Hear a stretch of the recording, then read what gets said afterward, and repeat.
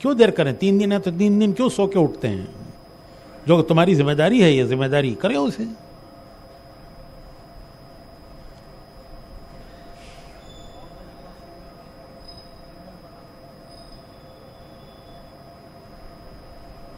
میں کیا سوچ رہا ہوں تمہیں کیا بیچ میں دے ڈالے تو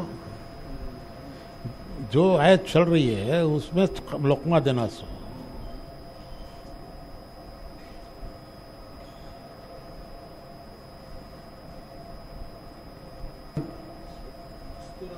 ہاں ضروری بات ہے، یہ ضروری بات ہے. مردوں کو ہی اس کی فہم نہیں ہے تو بیچاری مستورات کیا سمجھیں گی گھر میں بیٹھنے والی؟ تو مرد ہی نہیں کر رہے ہیں تو مستورات کیا کریں گی؟ ان کو پتہ بھی نہیں ہے کیا ہے یہ. تو یہ الزام آئے گا کہ مرد ہی چاہ رہے ہیں، عورتیں نہیں چاہ رہی ہیں، کیونکہ اس میں عورتوں سے متعلق بھی کچھ چیزیں ہیں.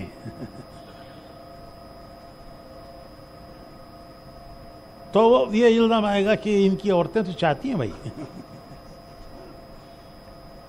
تو اس لیے گھر گھر جا کر مردوں سے بھی کروانا اور ان سے کہہ کے ان کی عورتوں کا بھی کروانا. بھائی تمہاری عورتوں کا بھی کراؤ. موبائل فون آج سب کے پاس ہے، کس کے پاس نہیں ہے؟ سب کے پاس ہے، مردوں کے پاس بھی، عورتوں کے پاس، بچوں کے پاس ہے. وہ موبائل پہ ہو جاتا ہے کام، موبائل پہ کام. تو یہ جو گھر گھر کی ملاقاتیں ہیں 3 دن اس موضوع پر کرو اور خود بھی کرواؤ اور عورتوں سے بھی ان کی کہہ کے کرواؤ. وہ عورتیں ان کے مرد کے موبائل سے نہ کریں، عورتیں اپنے موبائل سے کریں عورتوں کے. اور جو ہمارے مسلمانوں کے اسکول ہیں، مسلمان چلا رہے ہیں، وہ اپنے بچوں کو گھر گھر بھیجیں سکھا کر. یہ کوئی مشکل نہیں، بچہ سیکھ لیتا ہے، 5 منٹ میں سیکھ لیتا ہے. تو وہ جو اسکول ہیں ہمارے مسلمانوں کے جو چلا رہے ہیں اسکول، مسلمان مکتب کے بچے اسکول، اور جو لڑکیوں کے مکاتب ہیں وہ ان کو گھر گھر بھیجیں. وہ گھر گھر جا کے عورتوں سے اسے کروائیں. یہ کام عورتوں سے کروائیں، اسکول کے بچے، مکتب کے بچے اور جو لڑکیوں کے مکتب ہیں ان کے بچے. تو 3 کام ہیں. ایک ابھی اسی وقت جنہوں نے نہیں کیا کرو، اور اپنے حلقوں میں روزانہ کی ملاقاتوں میں اسے کراؤ. 3 دن تک یہی کام کرو. اور اسکولوں میں جو ہمارے اسکول ہیں ان کے بچوں سے، مکاتب کے بچوں سے اور لڑکیوں کے جو مکتب چلتے ہیں ان کی بچیوں سے گھر گھر بھیج کے یہ کام کراؤ.